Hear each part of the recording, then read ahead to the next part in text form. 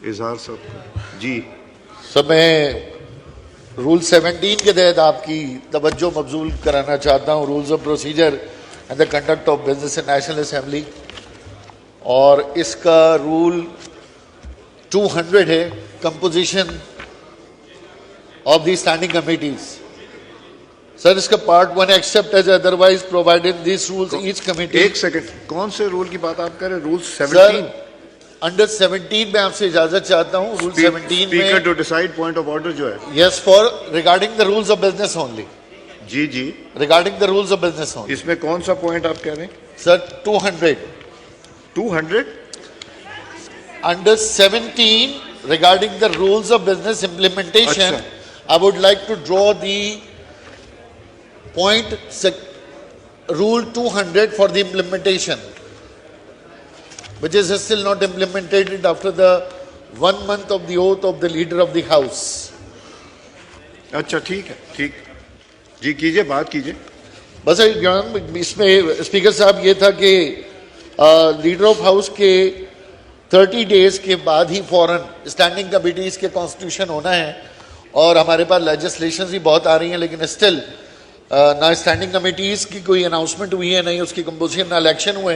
तो मेरी आपसे गुजारिश है कि ये रूल 200 की इम्प्लीमेंटेशन के लिए कोई रूलिंग दें, ताकि तमाम पार्लियामानी लीडर्स आपकी हिदायत के ऊपर ये कंपोजिशन जो है ना फौरन कमेटियाँ तश्कील हो जाएं। तार साहब इसका स्टेटस अब बता सकते हैं नया?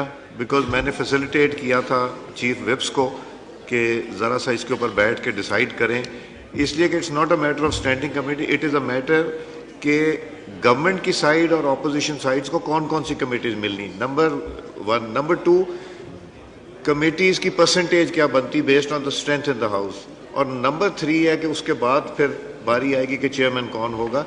तो ये मैंने ऑपोजिशन की तरफ से, गवर्नमेंट की तरफ से सबको रिक्वेस्ट किया है कि जी आप लोग एज सून एज पॉसिबल इसको डिसाइड मैं सर अगर बयान कर दूं, मेरे ख्याल में जो इनिशियल वर्किंग थी पार्टीज़ की तरफ से, मेरे साथ बैठे हैं वज़ीर दिफा ख्वाजा आसफ साहब, सैयद खुर्शीद अली शाह साहब भी इसी हवाले से सर काम हो रहा था।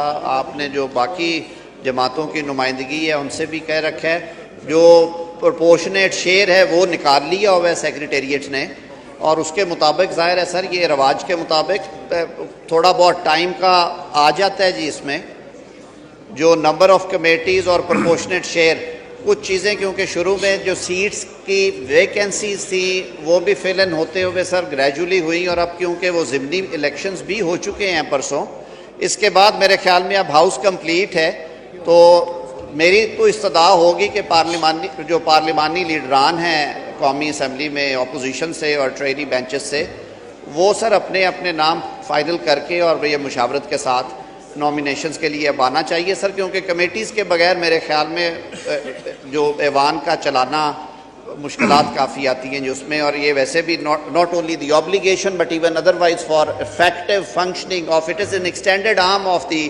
National assembly, the standing